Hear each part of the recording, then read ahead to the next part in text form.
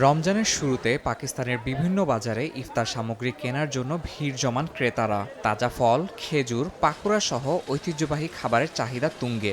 সন্ধ্যার আগেই দোকানগুলোর সামনে দীর্ঘ লাইন দেখা যায়। ভিড় করছেন ইফতার সামগ্রী কিনতে। তবে বাজারের এই ভিড়ের সঙ্গে পাল্লা দিয়ে বেড়েছে পণ্যের দামও। ফল ও অন্যান্য খাবারের দাম গত বছরের তুলনায় বহুগুণ বেড়ে গেছে বলে জানান ক্রেতারা। এতে নিম্ন ও মধ্যবিত্ত পরিবার বড় চ্যালেঞ্জের মুখে পড়ছেন।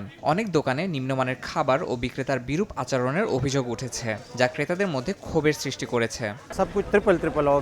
রমজান শুরু হওয়ার সঙ্গে সঙ্গে বাজারে সবকিছুর দাম ৩ গুণ বেড়ে গেছে। দোকানিরাও আগের মতো আন্তরিক নেই। নানা সীমাবদ্ধতা আরোপ করা হচ্ছে, এমনকি পছন্দ মতো ফল বাছাই করার সুযোগও দিচ্ছে না।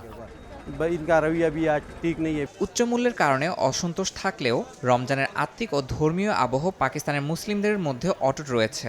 করাচির মসজিদ সহ বিভিন্ন ধর্মীয় স্থানে প্রথম দিনের ইফতার একসঙ্গে উদযাপন করেছেন মুসল্লিরা। ইফতার মাহফিলে কৃতজ্ঞতা ও আনন্দের অনুভূতি ছড়িয়ে পড়ে, যা সামগ্রিক পরিস্থিতিকে কিছুটা হলেও উজ্জ্বল করে তুলেছে। কেবল আত্মসংযম নয়, পবিত্র রমজান মাস ত্যাগ, সহমর্মিতা ও ধৈর্যের পরীক্ষাও বটে। পাকিস্তানে খাদ্যদ্রব্যের মূল্যবৃদ্ধির কারণে অনেকেই সমস্যার মুখে পড়লেও ধর্মীয় অনুশাসন ও সংযমের মাধ্যমে এই চ্যালেঞ্জ মোকাবিলা করার চেষ্টা করছেন বলে জানান স্থানীয়রা। ইয়াসিন মোহাম্মদ জিসান, সময় সংবাদ।